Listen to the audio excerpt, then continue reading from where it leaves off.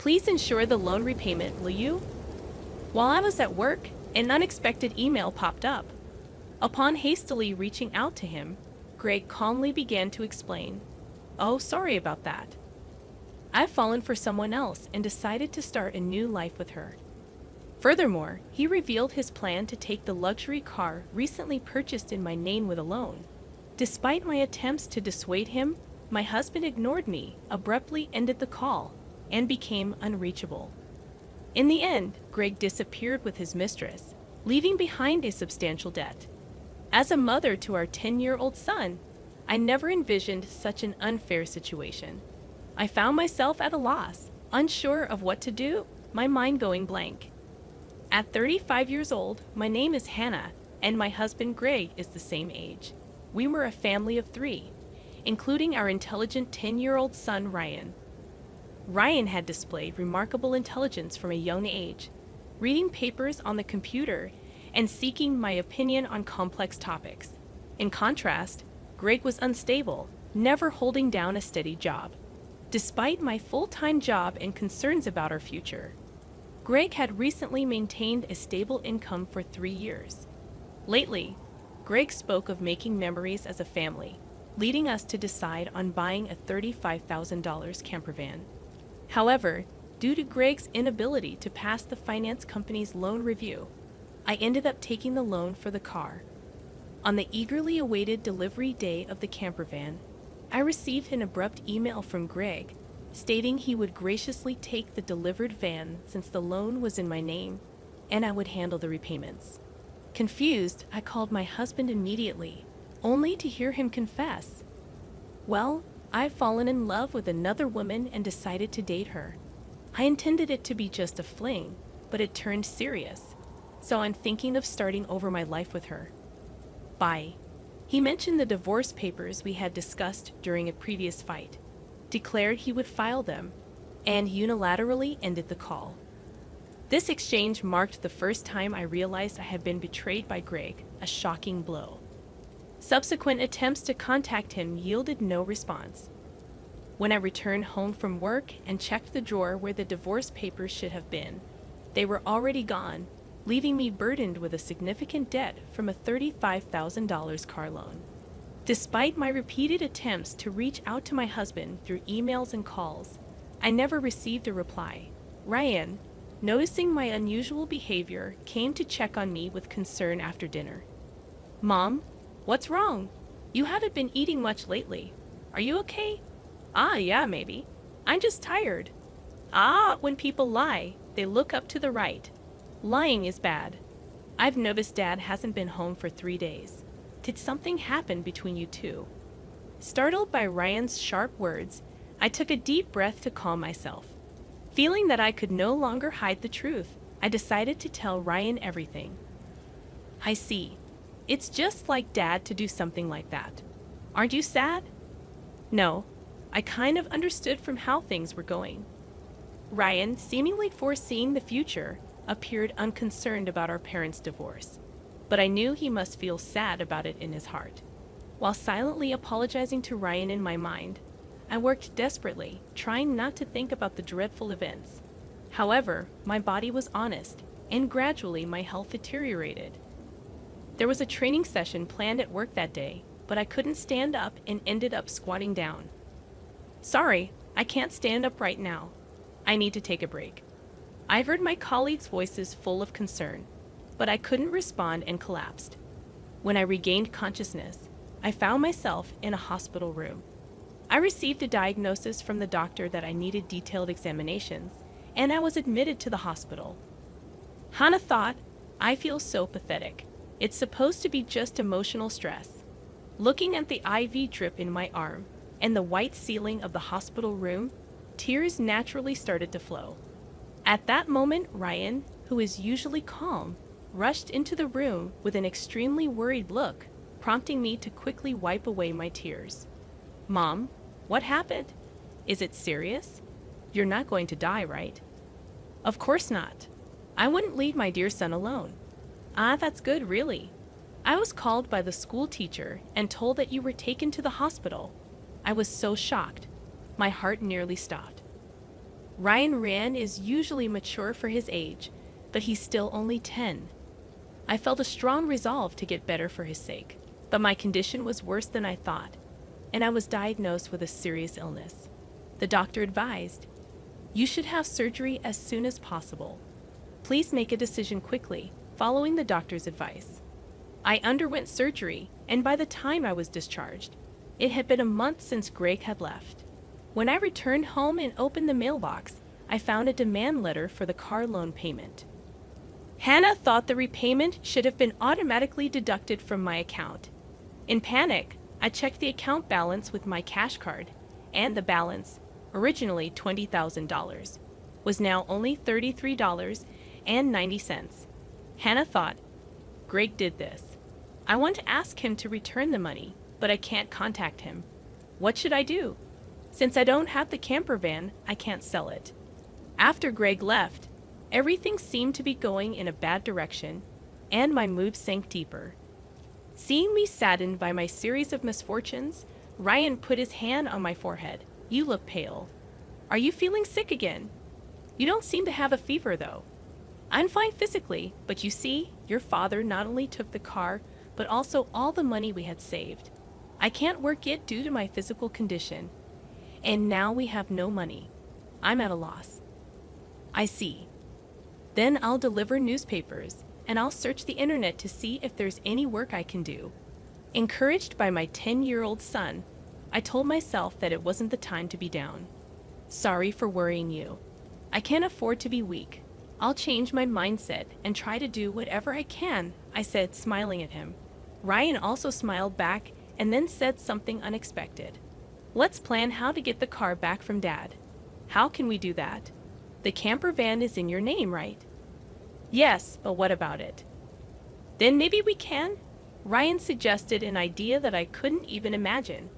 I had never thought such an idea could exist. "Also, I have no idea where your father is." "Then let's check on my phone. A month ago, once when we went hiking as a family, surprisingly, Ryan, who is usually very reliable, got lost. At that time, we bought a kid's cell phone on Ryan's suggestion and installed a GPS app on it, which both Greg and I could access. With this app, I can see where Dad is in real time, and he's been moving around a lot." "Oh, is that so? But what if we find him, and he just says something vague and escapes again?" As I pondered this, Ryan smiled and made an intriguing suggestion. "Don't worry, I've already taken precautions." "What did you just say?" To my astonishment, Ryan had acted independently while I was in the hospital, achieving something unbelievable. I thought, I can't believe such a smart child came from me. Understanding Ryan's words, I was simply amazed. He had even caught wind of Greg's mistress. "All right, let's teach Dad, who betrayed us, a lesson." "Okay, let's start the plan right away." Together, my son and I prepared for that moment. Hannah thought, "With Ryan by my side, I'm invincible. Bring it on, anywhere, anytime." 3 days later, my phone rang. "Ah, it's me. Please, I need your help." "Oh, who might this be? Don't play dumb." "It's your husband. Obviously, I'm being questioned by the police about you. At this rate, they might ask me to come to the police station voluntarily. Help me out." "Oh, is that so? Just wait a moment then." I immediately went with my son to where Greg was, and to my surprise, it was a forest park near our house where camping was possible. Greg was being questioned by the police in front of his car, looking bewildered. Feeling pathetic, I sighed and told the police we needed to have a talk as a couple and asked them to leave for a while. At that time, Greg seemed uncomfortable being watched by the people around us and urged Ryan and me to get into the car. Inside the car, Greg's mistress was sitting cross-legged, glaring at us, but that was no longer important. "Sorry about that. Thanks for coming. But why did the police suddenly show up at my place? I don't get it." "That's because I filed a report about the missing camper van." "What? Why would you do that? It's obvious, isn't it? My car was stolen." Greg, foolishly thinking that actions between spouses can't be criminal, was saying nonsensical things. But the world isn't that naive, you know. You filed for divorce, remember? Forgot? So we are strangers now. And you're driving a stranger's car without permission. That's a crime. Ryan figured all this out. Typical, sharp as ever, that kid. But I didn't steal the car. I just borrowed it for a bit. Oh, is that so? Well, I'd like to use my car now. So could you return it? That would be really helpful. As I reached out my hand, asking Greg to return the keys, he reluctantly handed them over after confirming it was returned. Ryan quietly started talking. Hey, why did you abandon your family and choose to play around with this woman? Caught off guard by his son's unexpected question, Greg was flustered and awkwardly scratched his head. Seeing this, Greg's mistress chuckled smugly and started talking. It's because I'm more attractive than your mother. Look at me, you can see it, right? He fell head over heels for me and decided to leave his family. Quiet. I didn't ask you, old lady. Dad, you answer. Mandy was silenced by Ryan's stern tone, but Greg remained quiet. If you can't explain, that's fine. I'll just have the police come back and arrest you. Wait, hold on. Okay, I'll talk. Mandy, it turns out, joined Greg's company 3 months ago. They were attracted to each other and became involved at the welcome party for new employees. Later, it was discovered that Mandy was pregnant, and Greg decided to start a new life with her, leaving us behind. Why did you take the camper van? I quit my job and thought about selling the car for money. But it seems like you were using it quite a bit, weren't you? I thought it was a waste to sell it right away, so we decided to go on a trip. Wait, how do you know all this? Remember when Ryan got lost? After that, as a precaution, we bought him a kid's cell phone and installed a GPS app. Did you forget? We installed it on your phone too, so I knew where you were all this time. By the way, I later found out from Ryan that he had pretended to get lost during our family hike because he wanted a cell phone. I was amazed at Ryan's ability to think and act so strategically. I suspected something was off with Dad, so I came up with this plan to monitor his actions. You really are a terrifying child. I will never become an adult like you, Dad, who betrays important people without a second thought. Greg, faced with the hard truth Ryan told, was a pitiful adult unable to offer any rebuttal. In contrast, seeing Ryan, only 10 but able to think and speak his mind firmly, gave me a sense of strength as a mother. I felt I couldn't lose, especially in settling things properly. Also, return the $20,000 you withdrew from my account right now. That was our joint property as a couple. I don't have to return it. No, it's not that. The money was what I saved little by little since I was single after all. You always quit your jobs midway, so we hardly ever saved money together, did we? I was appalled to hear that the $20,000 had been squandered by Greg and his mistress. It was the moment I felt relieved about divorcing him. So that's how it is. But if you stole and used the car and my money, that's going to be a serious crime. What? I just sent the police away, so it's not their business anymore, right? I only said we would talk. I have no intention of withdrawing the complaint. I must add the theft of my money to the report. Mom, should I call the police now? I can do it with just one button on my phone.